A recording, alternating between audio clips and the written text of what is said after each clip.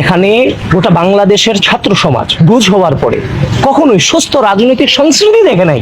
সে কারণে একটি রাজনীতির প্রতি ঘৃণা পর্যন্ত জন্মে গিয়েছিল তরুণ প্রজন্মে। কারণ রাজনীতি যেহেতু করতে দেওয়া হচ্ছে না, এক দলের বাইরে যেতে দেওয়া হচ্ছে না, তখন সে ছাত্র রাজনীতি করতে পারবে না, তখন রাজনীতিটাকে আমি ঘৃণাই করি। এই লেভেলের রাজনীতিটা চলে গেছে। সেখান থেকে একটি সুস্থ ধারার রাজনীতিকে ফিরিয়ে আনবার জন্য আমরা চেষ্টা চালিয়ে গেছিলাম। এবং সেই চেষ্টাটা 5 আগস্টের পরে না, আমাদেরকে তো আপনারা 5 আগস্টের পূর্ব রাজপথে দেখেছেন ফ্যাসিস্ট হাসিনার বিরুদ্ধে। আমরা সেই সুস্থ রাজনৈতিক সংস্কৃতি প্রচলন করবার জন্য 5 আগস্টের পূর্ব থেকে লড়াই চালিয়ে গিয়েছি।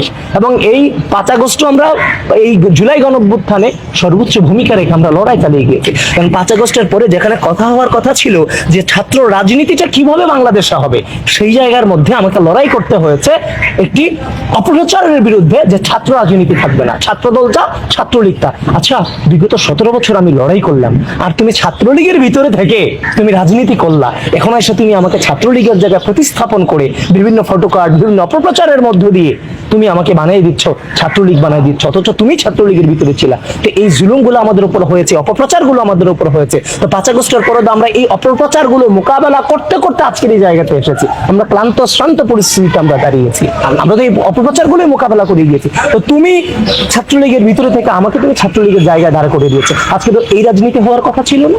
তুমি তোমার রাজনীতি, আপনারা আপনাদের রাজনীতি চর্চা করবেন, আমি আমার রাজনীতি চর্চা করব। রাজনীতিটা যেন আগে নোংরা জায়গায় চলে না যায়, সেই দিকটা আমাদেরকে খেয়াল রাখতে হবে। তো সেই দিকটা খেয়াল রাখতে গিয়ে আপনি আমাকে রাজনীতি থেকে বিদায় করে দিতে চান, আমার রাজনীতি আপনি রাখতে চান না, সেটা তো হতে পারে না। সুতরাং এটা সূচনাটা কারা করেছে? সূচনা এরা করেছে। আজকে এটা এই অনৈক্য, ছাত্র রাজনীতি যে অনৈক্যের সৃষ্টি শিবির করেছে, সেটার দায় এদেরকে নিতে হবে এবং দীর্ঘ সময় ধরে এদেরকে এই দায় বহন করতে হবে। আপনি আমাকে রাজনীতি থেকে নাই করে দিবেন। আমরা রাজনীতি করেছি বলে, দুঃসময়ে হাসিনাকে স্বৈরাচার শব্দে প্রতিষ্ঠিত করেছি বলে এই ছাত্র দলের শ্রম, ঘাম, রক্তের উপরে বাংলাদেশের স্বাধীনতা, সার্বভৌমত্ব টিকেছে। সেই সংগঠনকে আপনি প্রশ্নবিদ্ধ করে দিচ্ছেন, তা আমি আমার অস্তিত্ব রক্ষার জন্য আমি লড়াই করে যাব না। সুতরাং আপনি আমাকে যে পরিস্থিতি নিয়ে যাবেন, আমি সেই পরিস্থিতি মোকাবেলা করার জন্য প্রস্তুত আছি। কারণ আমরা দুঃসময়কে মোকাবেলা করে আজকের এই জায়গাটা দাঁড়িয়েছি।